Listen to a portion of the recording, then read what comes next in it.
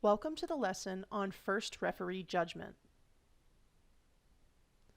Volleyball referees make more decisions than any other sports official. Between judging every contact of the ball, the height and position of the ball, the position of the players, and the player and the ball contacting of various lines, your brain will be actively working during the entire match.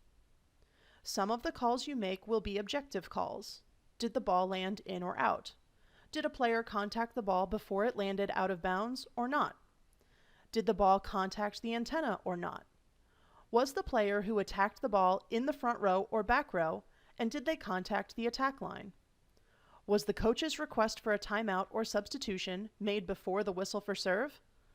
Although all calls require some amount of judgment on the part of the officials, these are calls that are more black and white, and they will probably be the first calls you are able to master as an official. There are also plenty of subjective calls to make during the game. These decisions require a deeper understanding of the rules and ability to apply them fairly and consistently. They also require swift, decisive action. Did the player commit an illegal multiple contact or double hit? Was the ball caught or thrown? Was the ball completely above the top of the net when the back row player attacked it in front of the attack line? Did the player's actions warrant a verbal warning or a more formal sanction? There were two players overlapped on the court, but was it egregious enough to call? These are just a few examples of decisions that have some gray area. Your job as an official is to determine how best to facilitate the match without being overly officious, and it is one of the biggest challenges volleyball referees have. In your development as an official, the subjective decisions will likely be the calls you struggle with the most. As officials progress through their careers, they often move through the following stages. In stage 1, you're learning the ropes and figuring out what just happened on the court. You are learning what a fault is and how to blow your whistle when one occurs. You work on mastering basic mechanics and the objective calls. Experience, both on and off the court, helps the most here. If you don't have a match assigned, find one in the area and go watch your fellow officials work. Participate in their debriefs and ask them questions. With a little more confidence and experience, you'll enter stage 2. See everything, call everything.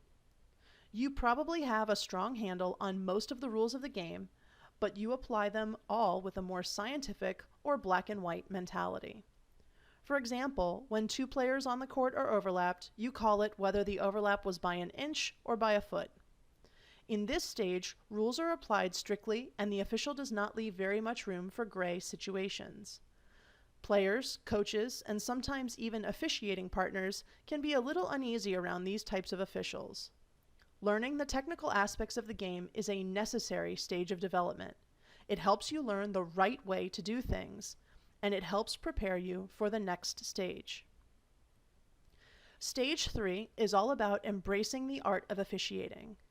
You still see everything, but you make more educated decisions about what to call and what not to call. You learn to consider more aspects of the game than just the verbiage of the rules. You are now the type of referee who has earned the trust of the coaches and players through your fair application of the rules.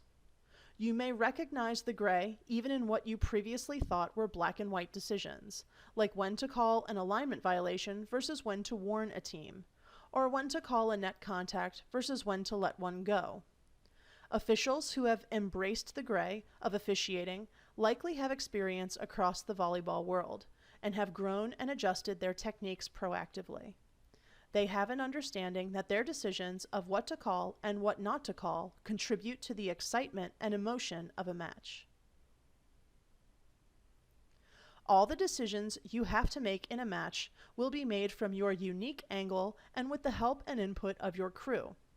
Although the R1 officiates from a stationary location, there is still much to consider when it comes to putting yourself in the best position to see a play. Sometimes, in order to see a play, you might need to move your head slightly. Other times, if the play approaches or goes beyond the R1 stand, you might need to turn your whole body. Put yourself in the best position you can to see the play. Avoid ducking down at the net or swaying largely from side to side, remembering you also have a crew who will help you. Small shifts in your body may be necessary, but overall, you want to stay fairly centered on the net during play. Experience will help you learn how to judge things like the height of the ball relative to the net from your regular upright position. As play develops, your eyes will change their focus. When a contact is about to be made, zero in on the player and the point where the contact is about to occur. Primarily, you will be judging the play from multiple contacts or a caught or thrown ball. These decisions are easier to make if you watch the player play the ball in a continuous motion, before, during, and after the contact. Once the player has played the ball, widen your focus to judge the initial path of the ball and watch how the rest of the players adjust. Anticipate the next play that will occur. Will it be a set by the setter? Was the first contact an errant pass that must be retrieved by a back row player? Is the libero stepping in to take the second contact? Keep your eyes mostly on the players throughout the rally. Watching the players move will tell you where the ball is going. If an overhead obstruction may be involved in ending the rally, then it is appropriate to watch the ball, but return to the players as quickly as possible to judge the next contact. As you watch the players and anticipate what will come next, focus your eyes in on the next player as they get ready to contact the ball. This process repeats with every contact. Focus in, widen, anticipate, focus in, etc. Train yourself to watch each contact fully. Make a decision about the legality of the contact, judge the flight of the ball, and then move your eyes ahead of the ball to see what the next contact will be. It is especially helpful to move your eyes quickly to see whether the ball lands in or out near a line. The best way to judge whether the ball is in or out is to be looking at the spot where the ball will be and watch the ball move through your field of vision. Watch this R1 as she focuses during the rally. See where her eyes move.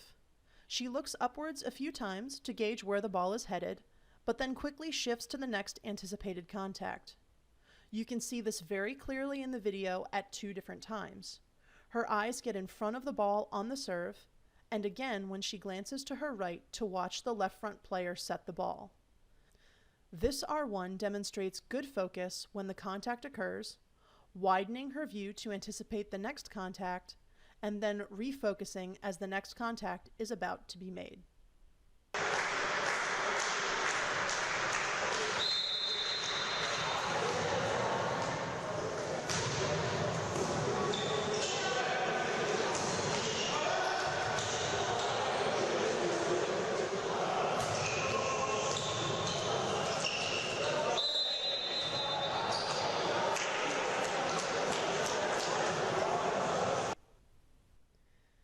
In every aspect of officiating, we must strive to be consistent. The best way to be consistent is to remain alert and in proper position for each play. The first ball handling call you make, or don't make, will determine how the rest of the match goes. Don't make a call in the beginning of the match that you would be unwilling to make at 14-14 in set 5. If an egregious fault occurs, call it. Letting fault after fault go is a slippery slope that many referees have found themselves on all too late in the match. Calling the necessary faults is just one way of keeping control of the match and letting the coaches and participants know what is and is not acceptable. Not every match will have the same skill level, and it might not be appropriate to call in one match what you called in another. One way of helping determine your level of ball handling and maintain consistency is a proper warm-up. As the players warm up on the court, you should warm up your eyes. Watch the setters on each team and begin looking at their technique. Watch the libero and the outside hitters, who often take the second contact when the setter cannot. Take a moment to determine the height of the libero, and if she attacks during warm-ups, gauge whether she could attack the ball while it is entirely above the height of the net. These measures will assist you in preparing for a consistently officiated match. Maintaining your own consistency is one of the toughest challenges you have as an official. Maintaining consistency across our association is our collective biggest challenge as well. When we communicate, we make consistency for the teams much easier to achieve. If a problem or irregularity occurs at a match, notify the commissioner.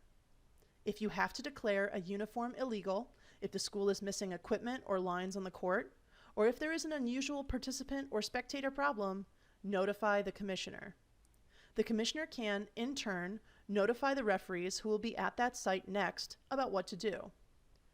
If you do your job correctly, then you've set up the next referees for success. If you ignore the rules or fail to communicate the situation, then you've set up the next referees for a difficult match. Check your email and game notes in Arbiter regularly. The commissioner will sometimes notify officials via email or update notes on a match if an issue has arisen at a certain site. This concludes the third lesson about the first referee. Please mark this lesson complete and continue to the next lesson, Playing Actions. Thank you.